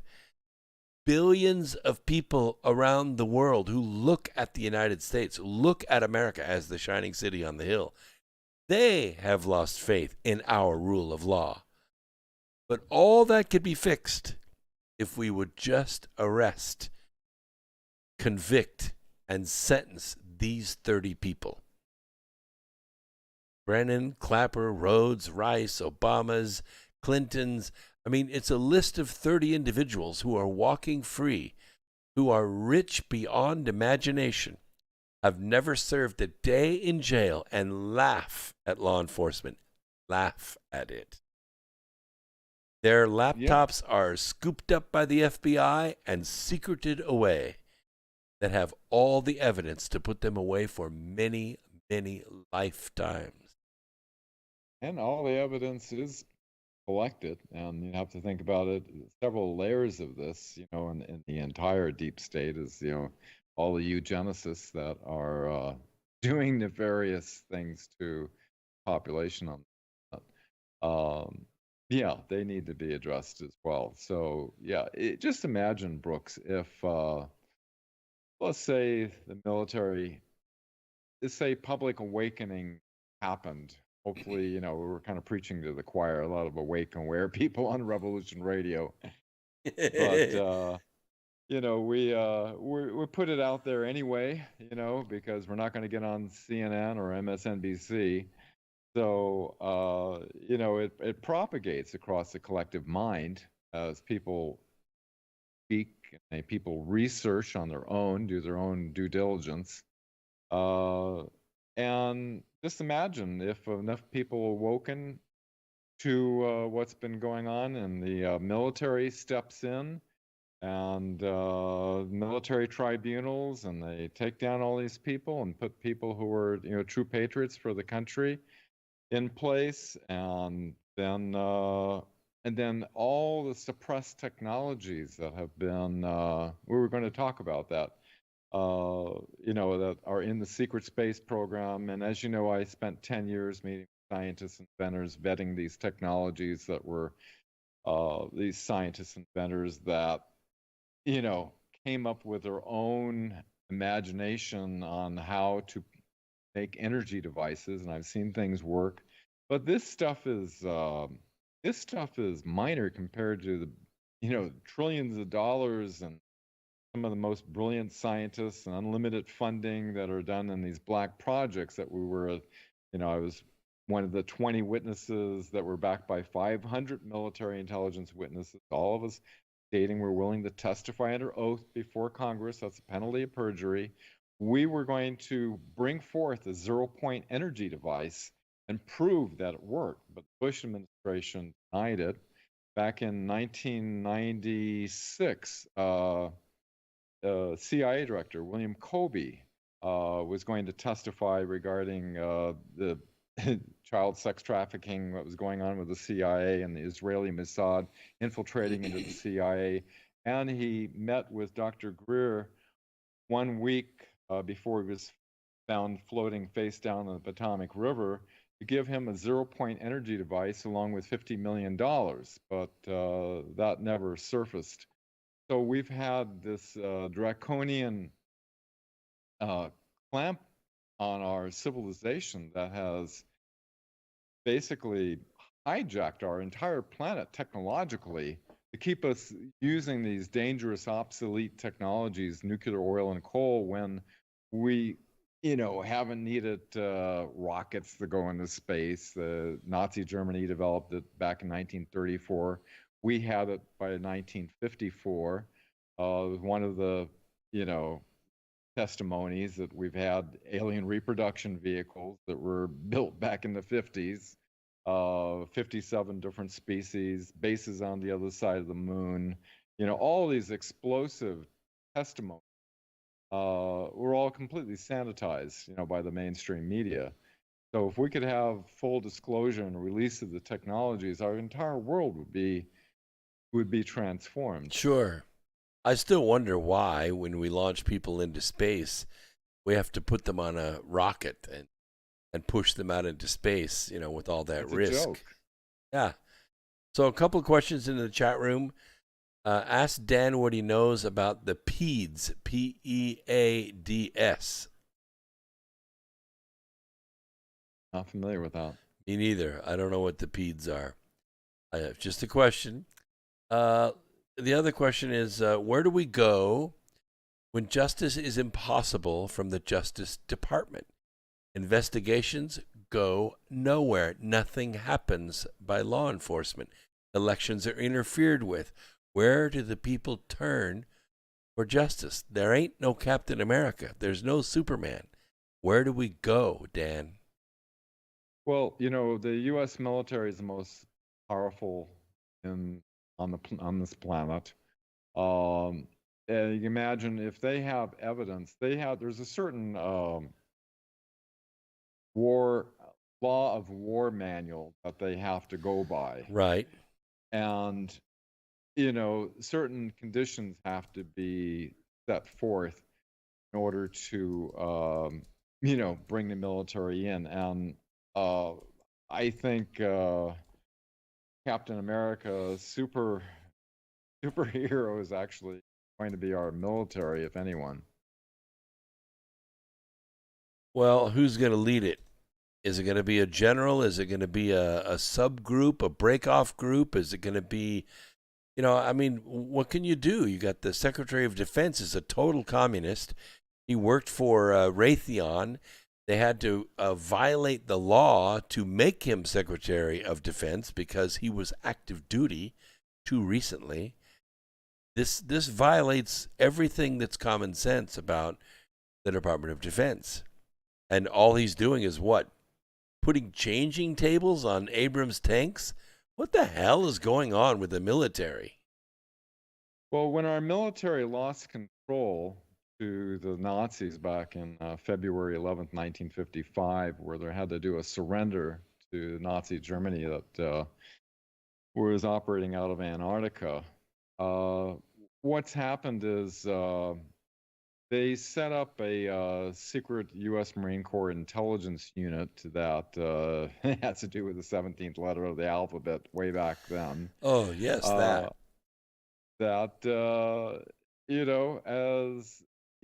Came active back in 2017 in an attempt to educate the public to go around and bypass the mainstream media of the world. And, people who have researched that, like myself, have looked over the last 3 years of all their posts, and I can't see any fallacy in what they were communicating. Basically, they're just getting the people, asking the public questions, have the public do their own research, and you can't get any more credible than that, having millions of people research and validate what they're saying. This is why the mainstream media has gone on full-on attack, and if you even mention it, you're on social media, your account is terminated.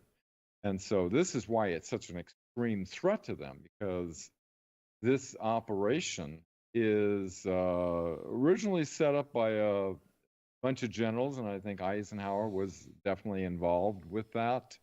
My speculation on that part. We've had, a couple of secret space program witnesses that talk about Eisenhower setting forth a plan to protect our constitutional republic as an institutional safeguard if it ever got totally crazy, which is, I think, now is the time.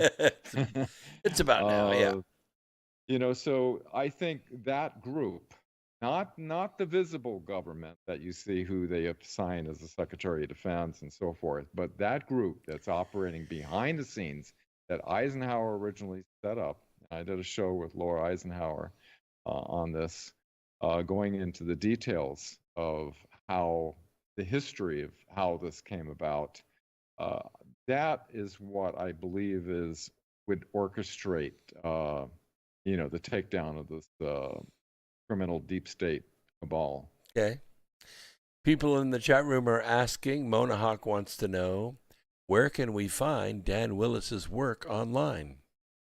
Oh, it's not a professional site. After a media company out of Hollywood wanted me to write an article, being an ex-ABC newsman and a witness, I had to research back to the year 1900 to present day, and I keep updating a thing.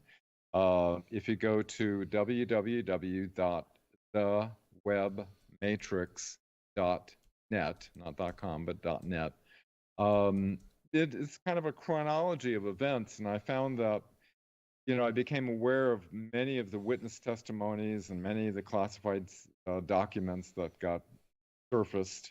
And so I started plugging them in, and the more witness testimonies and documents that you start to look at over a chronology of time, it starts to paint a very clear picture of what's been hidden from all of us that has brought us up to today's world. Mm-hmm. And it's very important to understand that. Well,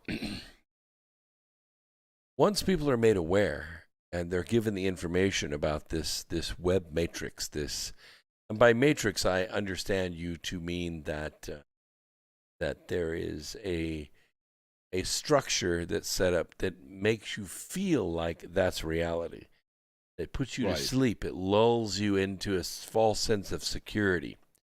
But in reality, there are a lot of people, not just those of us here in this chat room and on this radio program tonight, that are awake. There are people inside the military that are awake. I know some of them. I speak to some of them. Now, they're active duty. They can't publicly say anything because it's against the rules. And somewhere along the line, we're going to have leadership. This is not something that happens grassroots. If it happens grassroots, it's going to look a lot like BLM. They don't have leaders either. They have a central suggestion box. But when they say, go burn the federal courthouse down, it's not well organized. It's a bunch of pansies out there with masks on, trying to look tough. But the military is a completely different story. You're talking about people that are armed and trained and experienced, and they're used to following orders. Somebody has got to give that order. Right. I don't know. I have a lot of people who say that, Trump needs to be put back in office. We need to do a big Control-Alt-Delete on this thing and reboot and go back and put Trump in office. I think it's brilliant that he's staying out of the picture right now because of the way the mainstream media has weaponized against him so heavily, that what needs to be exposed is the crimes that these people have done. Show the evidence, and even, they may evoke the as a broadcast engine. And I had to set up the emergency alert system, and the FCC has big fines that'll take away your license if you don't comply and put this out. So they could broadcast something that can show all the crimes that these people have done, where the military, using the rule of law, takes down these people. Nothing to do with Trump, but actually having the evidence against these people. Well, he declassified all that stuff. He declassified all that stuff, so it should be in somebody's hands. Hunter's laptop, Huma Abedin's laptop, all this, Podesta stuff, all this information is in somebody's hands. I believe they have it all. Well, are these the people in the web matrix, Or are these people outside the web matrix that can actually take it all down? Yeah, the web matrix, it's just a domain. Like a matrix of perception that has been created. Right. But the people that are most likely, in my speculation, of course, not being an insider with this, but by researching many insiders and witnesses and stuff like that, is that there is a operation operating that basically trumps whatever they come up with, for military control. There's some type of structure that Eisenhower, here's a man who planned the Normandy invasion, and he was denied access. He was the first one.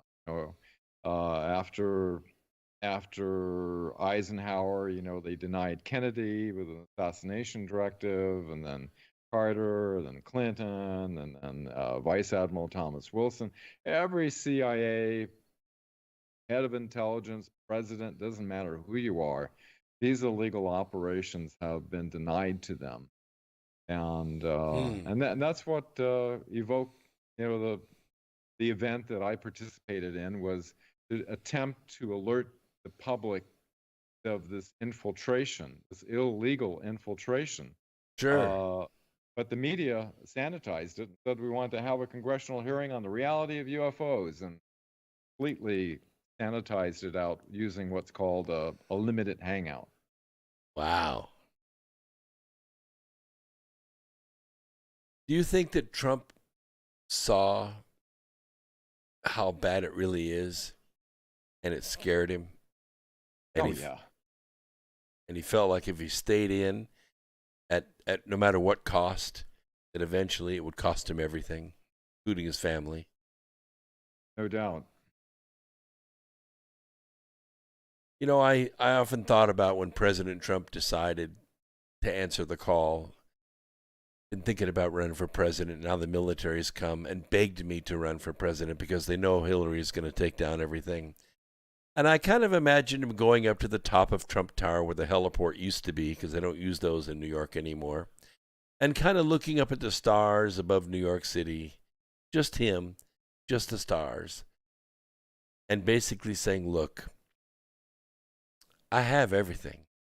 I have a great life. I have a beautiful wife. I have a wonderful son. I have a fantastic family. I don't need this. I could play the rest of my life, building buildings, making speeches, cutting ribbons, kissing babies. I can do that. But if you want me to do this, you got to protect my family. And I think he got back maybe silence. And he went down to speak to his family and said, look, if I do this, you all are going to be in as much danger as me. If one of you says, don't do it, Dad, I'm not doing it. I respect all of you, but it's got to be unanimous. And I guarantee you, every kid sitting around that table said, you run, Dad, and we're behind you 100%, no matter what. Family's great. Yeah, totally. He said, I take all these slings and arrows for you. He's returning control of this country back to the people, away from this infiltrate. And he must have one hell of a protection. I hear there's like over a dozen attempts on his life. Sure. So that they've working overtime, Secret Service, I'm sure, to protect that man. I'm trying to understand what Stoker's talking about in the chat room. He says, actually, Brooks, it's way better than anyone knows. I want to believe that, Stoker. I really do. I want to believe that Virtual Joe is just out there as amusement. Nothing he is signing is having any effect because none of it means nothing. But I see those checks going out, Stoker. I see our money being bled away to buy votes.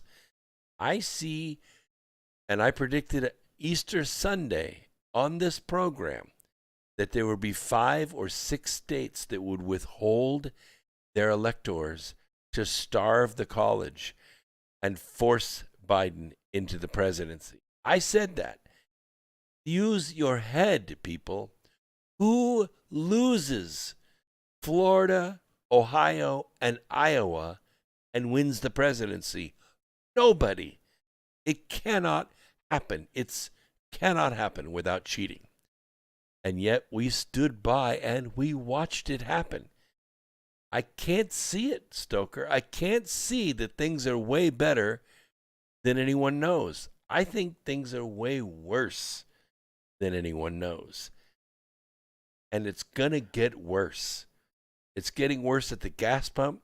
It's getting worse in the grocery store. It's getting worse in the schools. It's getting worse in our military. It's getting worse in our banks and our stock market. This is just the beginning, Stoker. I want to believe that it's getting better, but I don't think it's going to.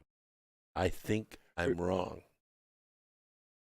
Remember a 1951 movie, The Day the Earth Stood Still, where Professor Bernhard was meeting with Klaatu, and they stopped all the electricity on the planet. And he said, "Do you think people are scared?" And Professor says something like, good. I think we're kind of in a situation like that right now, where it looking like the worst horror movie ever. But I'd like to quote a post that military intelligence did back November of 2018. That we're going to show you a new world. Those who are blind will soon see the light. Beautiful, brave new world lies ahead. We take this journey together, one step at a time. Where we go one, we go all. I believe that sometimes you have to walk through the darkness in order to see the light. And I'm with you, Brooks. I'm cautiously optimistic, because we know just how how dark and desperate this element that has taken control of our planet for so many decades. Well, yeah, can be. Yeah, and I'm not trying to manifest anything here, but you have known me long enough to know I kind of have a gift.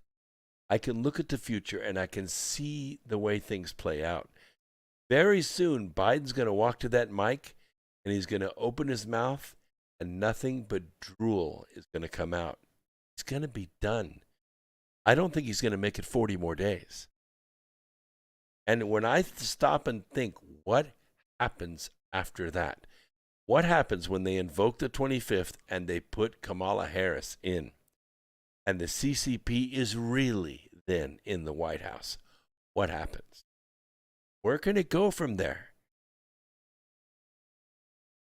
Yeah, it's either going to be the worst situation ever or the best situation. It seems it doesn't look like it's going to be anywhere in between the two. But considering that evidence has shown that there was foreign interference, and the Director of National Intelligence that delivered that. The military has that. Yeah. They have all the D-class documents that the military has everything it needs. So it's just a matter of time now to see which way it plays out. We'll see you Sunday night. Thanks, Dan Willis, for coming on. Peace, Earth Explorers. Such a pleasure.